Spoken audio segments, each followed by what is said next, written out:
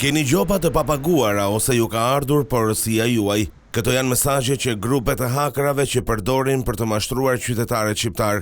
Nuk janë pak, por duket se rastet janë shtuar sidomos gjatë këtij viti, ku persona të paidentifikuar të huaj që operojnë jashtë Shqipërisë kanë hapur faqe interneti identike si faqet shtetërore, ku qytetarët shqiptar në mirëbesim për të paguar gjobat e tyre apo për të marrë shërbime të ndryshme bien prej mashtrimeve.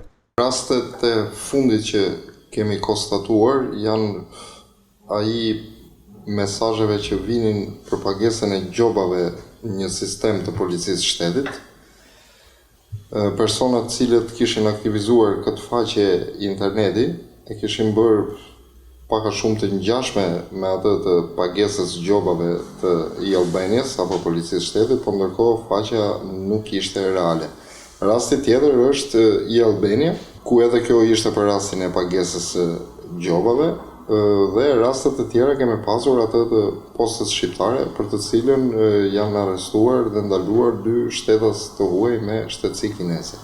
Skema është e thjeshtë, mjafton një link ku qytetari plotson të dhënat e tij personale, duke menduar se është një portal shtetëror dhe aq mjafton për të avulluar parat nga llogaria bankare. Personat të cilët aktivizojnë faqe të tilla e bëjnë identike si ajo e shërbimeve që jep policia apo e-Albania apo çdo lloj shërbimi tjetër shtetëror.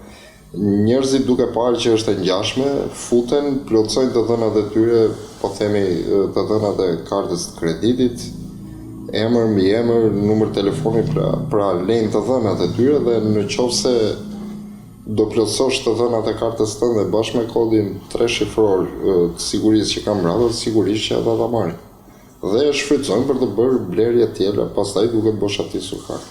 Janë 10 qytetarë që kanë denoncuar raste të mashtrimit pranë krimit kibernetik në policinë e shtetit. Rasti më i fortë ka qenë me postën shqiptare, ku disa shtetas kinez kishin arritur që të marrin të dhënat personale të 5.000 qytetarëve, por fatmirësisht arrestimi i tyre parandaloi vjedhjen e parave të personave që kishin rënë prej kësaj skeme.